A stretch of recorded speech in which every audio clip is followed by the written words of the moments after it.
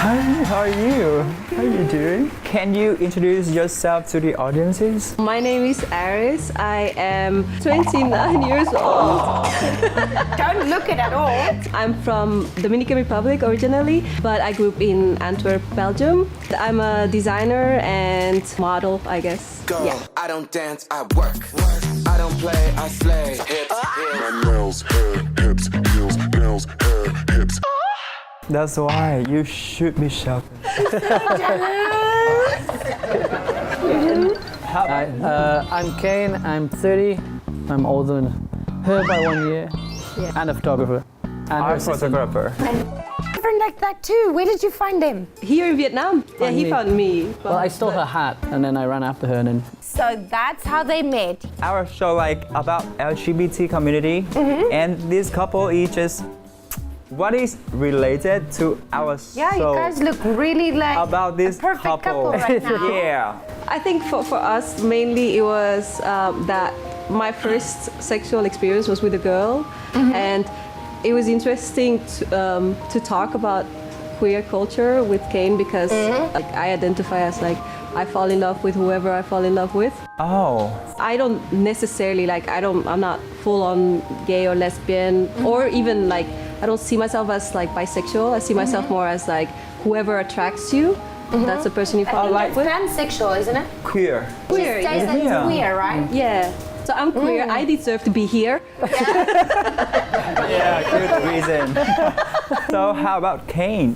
No, I straight? Yeah, I'm straight, and unlike Aris, I didn't grow up with any like LGBT community or any. I had like one gay friend, and that was it. And it was interesting when we first got together because then she was like showed me stuff like RuPaul's Drag Race and opened up a whole area, like a whole subculture I'd never really been embraced with. Where's the temptation? They love him. They love him. The gay guys. Really? Yeah, they'll be like, oh, Kane. Kane, come here. Yeah, I think he loves it too because he's always like, oh. Well, now I started Yeah, they love me. filming a video with Aris about like her becoming a drag queen. So I've been involved a lot more within the gay community in Vietnam. How long you both live in Vietnam? In total, I've been living in Vietnam for 4 years. I used to live here 3 years, and then I moved to Thailand, and I lived here 3 years, and then I came back, and I've been here for 1 year now. How about Yeah, I lived here 1 year before I met Aris. So how long have you guys Wait been up. together? 6 years. 6 years. 6 years ago, he stole her hat. In my heart. We actually started off with having an open relationship. So it was with an him. open relationship, Yeah. and then somehow it just became monogamous. We were first like sex buddies, like friends with benefits. Yeah. You know that? Yeah. Do you have one? No. Did you know about your sweetheart sexuality when you first met? No, when we first met, Aris was really hard to talk to. Aris wouldn't speak a lot about her emotions. She would be very guarded. And then after a few years went by, she started opening up a lot more and talking about her past. And then she told me a lot about her childhood. And then she came out about that. And Because I was so introverted at the time, like I went through like a lot of depression because my upbringing was really abusive, very emotionally abusive and stuff. And then I started to talk to him because we had gone back to Belgium and visited my family, and then when we left, there was drama again, and I was kind of tired. And I said, you know, I just wanna like feel confident enough to go outside. I want. When I spoke to him about my first sexual experience, I was like, I was really young. I was in boarding school at the time. I was like, you know, really young, no one, and I was like in my own like kind of confused. And when I like became older, I had all my queer friends. Still, I didn't. Because to me it was like, oh, you have to be a lesbian, and I'm not full lesbian, so I don't know what's going on. You don't really And know what you all fit in, right? I still like didn't really speak about it, but I relate more with queer people, so they kind of became my family. Afterwards, when they were gone, I was very lonely. I was like, but where do I belong? You know, and if I can't relate to my own family, who am I? Yeah. And through all of this, you stuck by her. Yeah, I'm straight. That's great. Was it difficult for you being the supportive boyfriend? Well, Iris is also like extremely supportive of what I want to do as well, and me opening up as well. So Iris, is, like, I think it's a give and take 100%. But there was a period that was difficult when Iris wouldn't leave the house for, I think it was nearly 2 months or something. It was about when you initially got the text back, and then it was just kind of like. Yeah, that was like my darkest time. Yeah, there was a period that was really hard, and I had to get food, but like bit by bit, and now, flourished into this colourful fucking unicorn. What's this? That's thing, and then it turned into a butterfly. A thing that caterpillar. Caterpillar. Yes, I was a caterpillar in my cocoon, and now I get to be a butterfly. Oh. It's a lot more fun. You can fly around and stuff.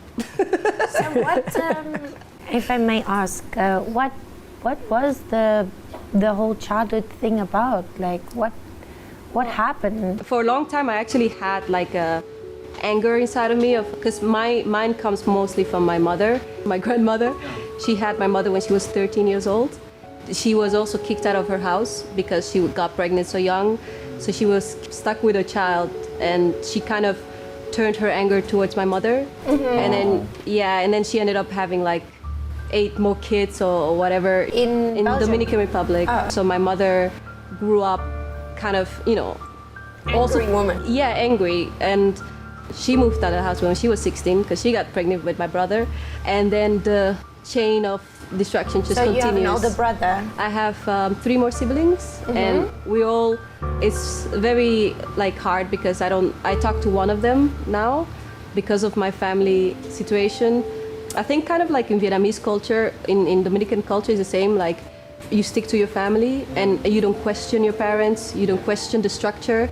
But in my case, it was either I question it or I literally kill myself because I was going to like severe suicidal thoughts.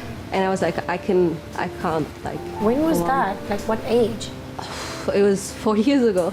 So the childhood, did you go to school in Dominican? I lived in the Dominican Republic until I was 6 years old. And then my mother was already living in Belgium because she got married and she, moved to Belgium, and she brought us over then, me and my 2 brothers. I was in boarding school until I was like 13 years old. It's weird because I didn't grow up with my mother. I say with my grandmother. Really traumatizing because my grandmother still has a lot of issues, and my brother is half white and half black. So she would treat my brother better because he was lighter skinned and would treat us. Racism from your own family? Yeah, because my grandmother is half white, half black. And she got pregnant by a black man. So I think she kind of has hate for it because it's like, got pregnant with you and you stole my childhood. And when I, because I was going through this depression, I'm like, why am I depressed? Why do I always feel like this? And then I always talk to him, and he always wanted the best for me. He's like, come out, let's go do things, and I'm always like inside the house, just like, I don't feel like anything. I don't want to do anything. I just want to kind of disappear.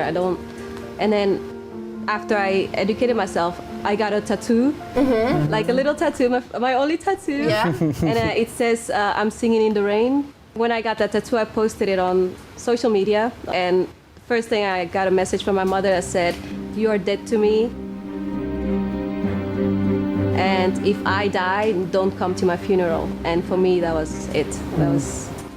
So she said, because if you can't drink alcohol before you're 28 years old, because she drank when she was 28, and you can't get tattoos, you can't get piercings. For me, it's like, that's a form of self-expression. And I wanted, I had just realized like, oh, it's not me, it's this trauma system. And I said,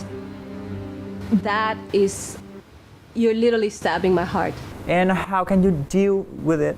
For me, it was just like, either I jump off a bridge, or, okay, I'm dead to you, I love you because you're my mother, but now I realize this is your problem.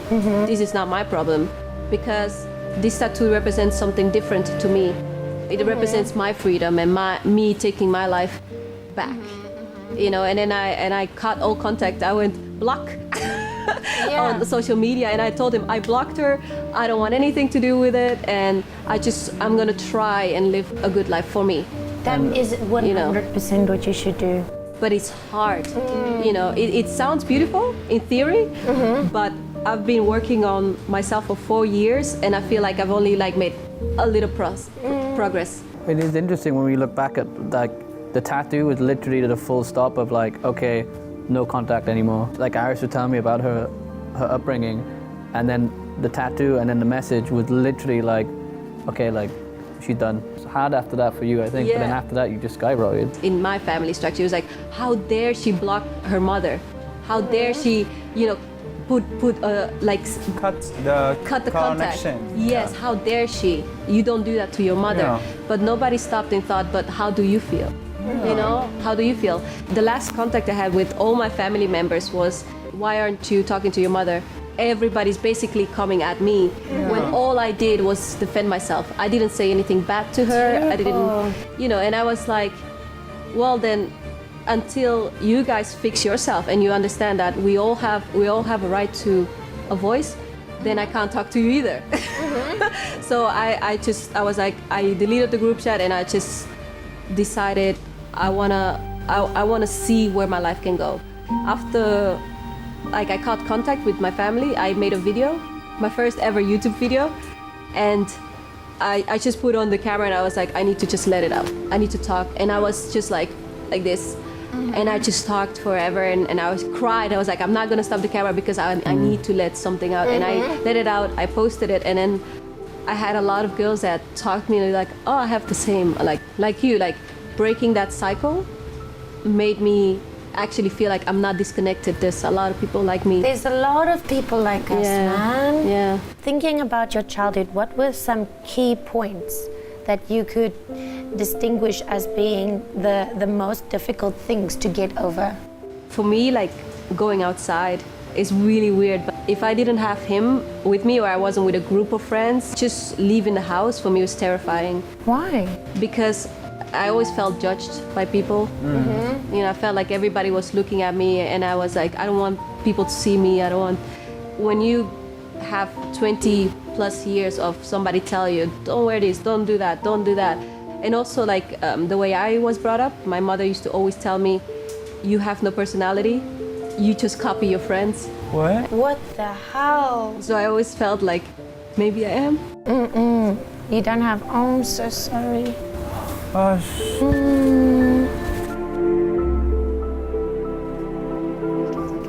Take a second, don't worry.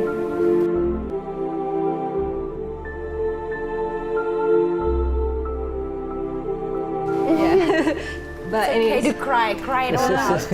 I've cried enough. Yeah, so it was really hard because, I think had I not met him, I don't know where I would be. I really don't. We kind of cross paths at the right point, really. So Kane is the man that make you believe in yourself? Yes and no.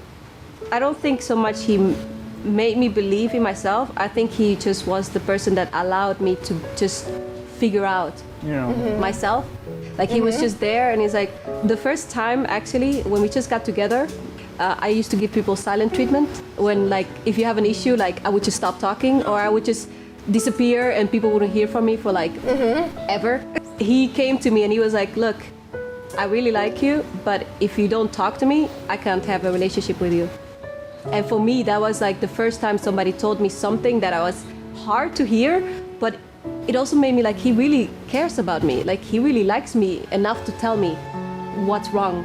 And what's funny is you're so much better at talking than I am now. Yeah, now I'm better at talking than him. And she sat there I'm going to make a YouTube video. She's like, do you want to join me? I'm like, No, not really. I'll just sit here. I'll be behind the camera. Yeah. Right now, I think the reason why I like to dress creatively, I want to live life unapologetically. Yeah.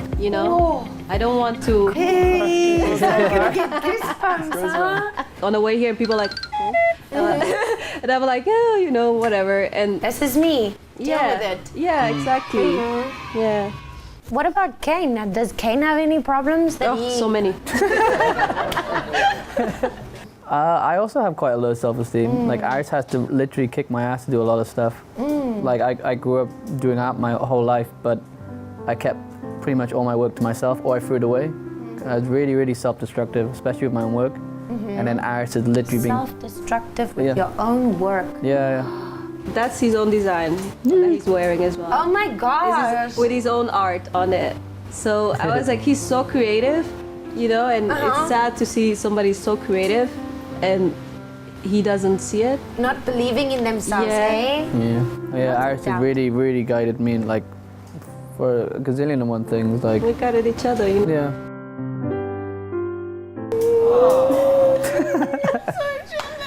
They belong together like, fully. Don't say that. Next we were like broken up. It's like, oh, shit. Have you ever have a like serious conversation with your mom about your sexuality before?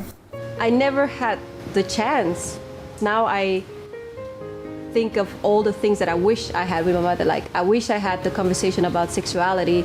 I wish I could ask her questions about like, you know, like, oh, if I like a girl, that's like, you know. You met her at a time that she lost her confidence. How can you help her to deal with it? Like we said earlier, like Iris just had a hard time with speaking. So the more we were together, the more she started speaking, the more like she became more confident. When I met people, I was still like just, you know, reserved, but they liked me for my aesthetic, and that made me again become more confident. So it's just like, okay, I learned to speak. Okay, I learned to have aesthetic of like, I like what I wear. Okay, I have colorful hair, and people are not scared and run away from me. Okay, I've got two questions, but the first one I'm going to ask is, what is the most memorable thing between the two of you? For me personally, like I think the first time I saw him cry, Yeah. Why? Please Why? tell, please I don't know what it was about either. I think actually it might have been like when we were talking about my upbringing or something, your expression and stuff, and I had never seen like a man cry like just out of like, oh, I feel bad for you kind of thing. So Oh. I find that, yeah. And for you? I have so many good memories of Iris, I can't think of one. My one's always like a lot more like funny. Like Iris has more of like emotional ones, and I'm like, remember time we got. Like with the two of you, what is the key? What is the magic? What is the... If you could name three things. Three or, things? Yeah, I would name one. one. okay? Communication. Communication. Yeah, that's what you said at the same time. Communication. Communication. And that's something I'm actually Because- having a weird time with. Yeah. Like Iris has got so much better at it now, and like sometimes when I'm feeling like a bit shit, I don't know how to necessarily get my point across.